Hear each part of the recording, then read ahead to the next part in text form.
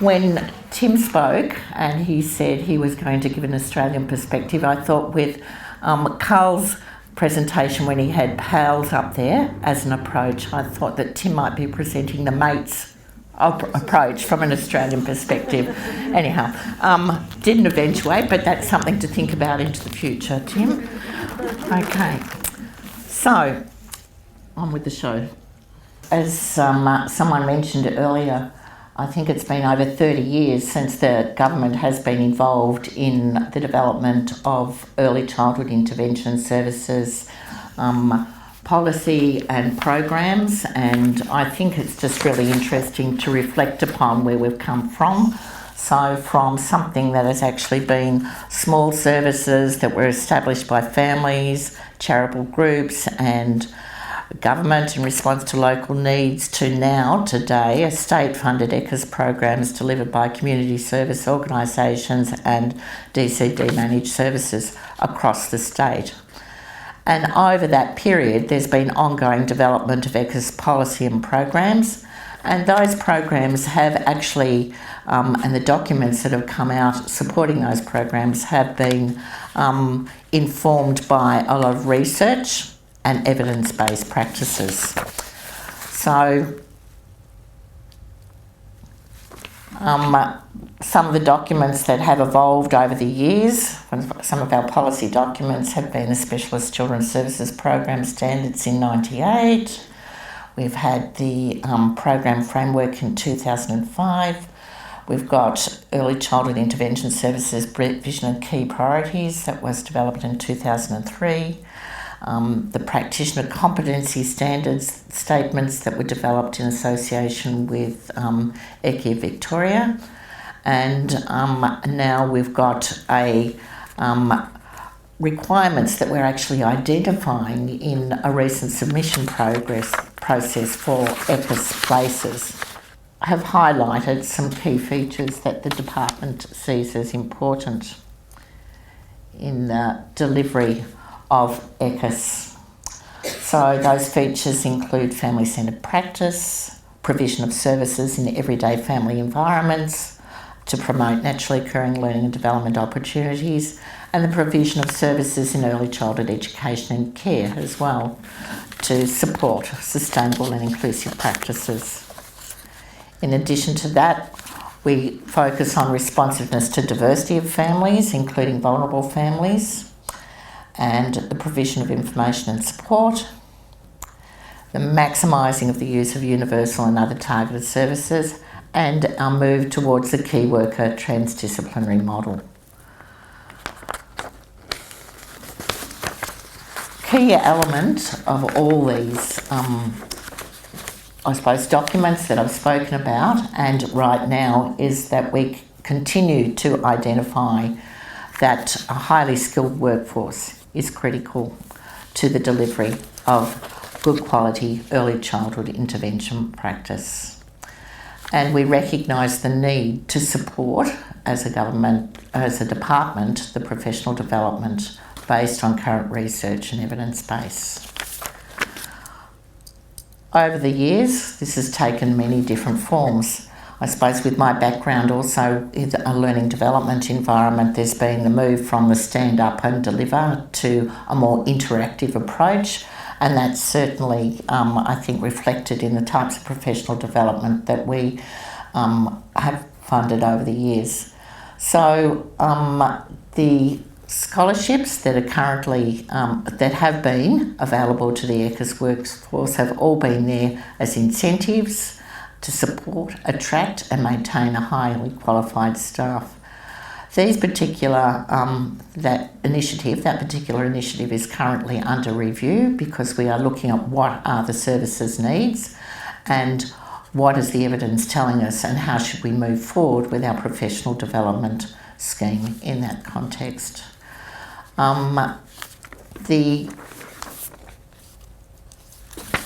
current ECIS PD, as Lauren talked about earlier today, is actually around the BASTO Institute. So I think there is the collaborative practices training and the leading people in early childhood settings that are particularly identified as relevant to the ECIS workforce. And then there's a suite of professional development opportunities that ECIA is facilitating, including the family partnership training, the strengths-based approach, and the Validity kit for team leaders to support their their coaching and their support of staff in their everyday practice.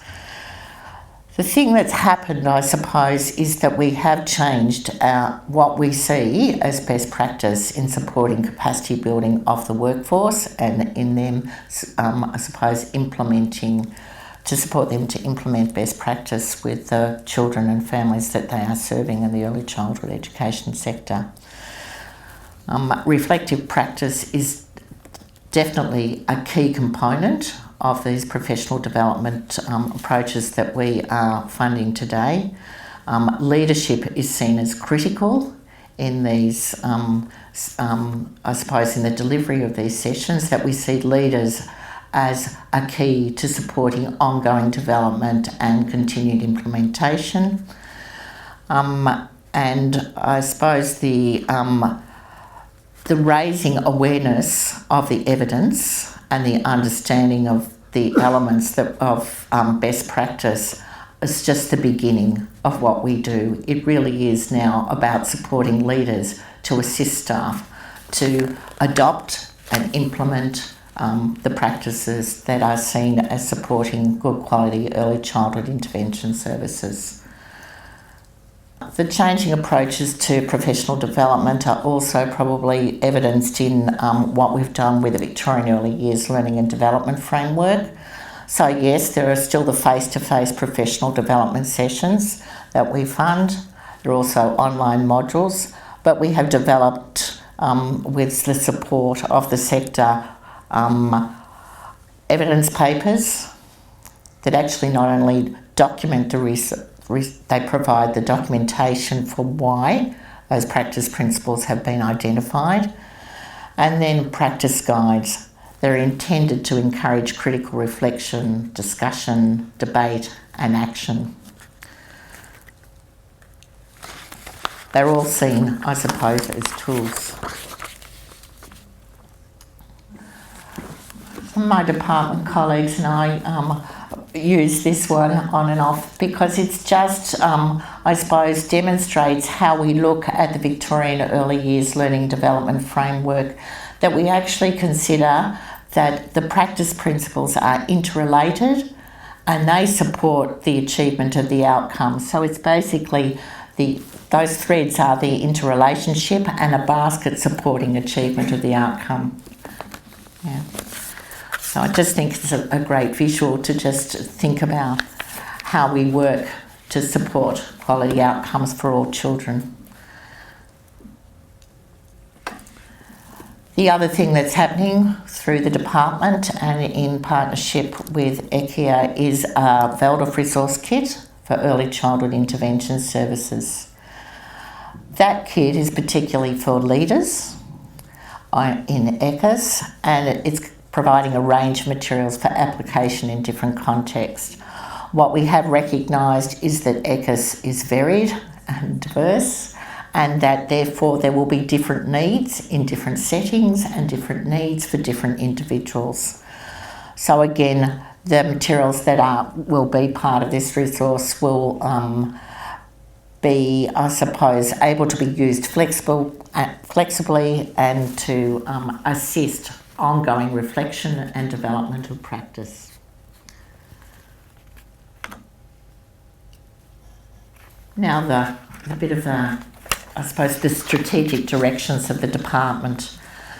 What we have now is the DEECD strategic plan, which is for the period 2013 to 17.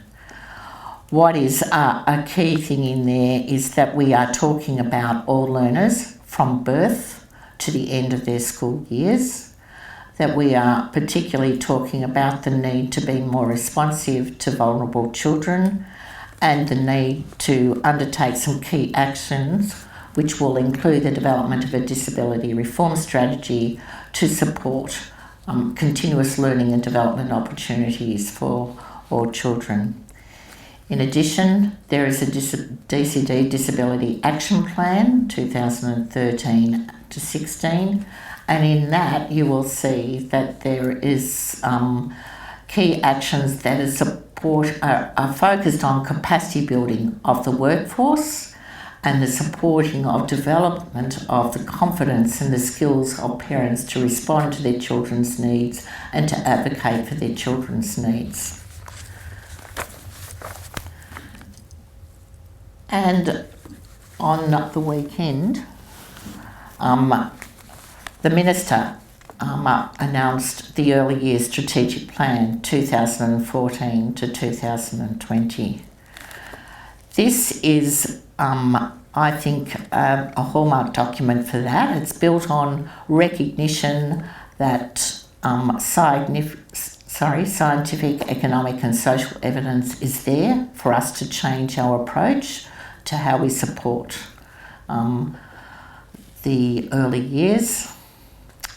And there is a goal that we are working towards making Victoria a world leader in learning and development, and a recognition that we have the building blocks to take the next steps towards a world leading system. I actually feel quite proud when we interact, I suppose, with other states and think about, and I was just saying that to Nicole, how fortunate we are in Victoria to be working with such a committed workforce who is actually supporting us to continue to advance in ECIS. But we're aiming to go towards a world leader here. The focus of the plan is supporting parents and communities to give children a great start, early and sustained support for those who need it most, and that all children benefit from high quality early learning experiences. It actually talks about building capacity across the Victorian early years sector, including parent support services, maternal and child health, early childhood education and ECIS. And it talks also about connecting across state departments and supporting relationships with local government as well. The actions that will fall out of this will seek to drive continued improvement of children's outcomes and make sure children and families are best able to benefit from services to achieve this. The document actually is available on the website, but there is a Early Years Strategic Plan key initiative slide that I really wanted to show up here, but particularly relevant to our discussion today is, I suppose, a particular part. Oh, good. In column 1, which will hopefully come up next. Yes. Column 1, growing parent and community capacity to support children's development. In column 2, there's a key initiative in there, which is implementing the Early Years Outcomes Framework for all our services.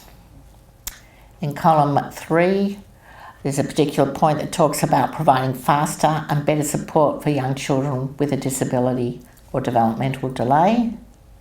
In column 4, a big one, and I think this is really supported by the merging of our early childhood and schools education group, linking children's learning from birth to primary school. And in column 5, exploring and implementing effective strategies to enhance the early years workforce and expecting and supporting high quality professional practices. So that's some fairly high aims in there. I'm just going to do this, I think. So, the hope is that we will deliver better services and supports for children and family, that local services will be better supported to be open, welcoming and responsive to the needs of the communities, families get the extra support they need, and there will be a greater focus on early learning across the board. This is a pretty significant document to have an early years strategy, and I think this is a real milestone for us. There's strong recognition of the evidence base that the early years are important, and there's an increased focus on supporting those early years. So how can service providers use the plan? The plan also includes an early years outcomes framework and identifies ambitions for every child 0 to 8 in Victoria, regardless of their background, regardless of their geographic locations. It has 4 key domains: children are born healthy and remain healthy, children developing socially and emotionally, growing up in a safe environment, and be engaged in stimulating experiences for children's learning and development. The goal is that this be implemented across the system so that all services have a shared approach to prioritising activities and lifting outcomes. And that's also presented in this form. So it should be promoting understanding of the outcomes. The goal is to promote understanding of the outcomes we're aiming to achieve, and that we're focusing on children's development and supporting services' own planning, improvement and accountability. So that's a brief overview of the early years outcomes framework. Some people probably were at the conference on the weekend and heard about this, but there will be more workshops during March to May, and we'll continue to work with the sector and families to achieve better outcomes and to continue conversations, I suppose, that we are starting today as well. And I just can't go without talking about how we're going to monitor our progress. And so obviously there is the planning that needs to be done first, then we'll start implementing actions, and then we'll be reviewing what are the outcomes being from those actions. And one last little piece that is relevant, I suppose, to our environment today, particularly for early childhood intervention services, is what does this mean for in the context of the implementation of the National Disability Insurance Scheme. The department is continuing to work with the Commonwealth on informing and supporting the development of that scheme. We want to ensure that the current level of support is not compromised. We also want to ensure that the support is informed by current evidence-based practice. So we'll continue to work with you, we'll work with ECIA in particular, who have actually played a key role in this development to inform the policy and that scheme's development. So thank you very much.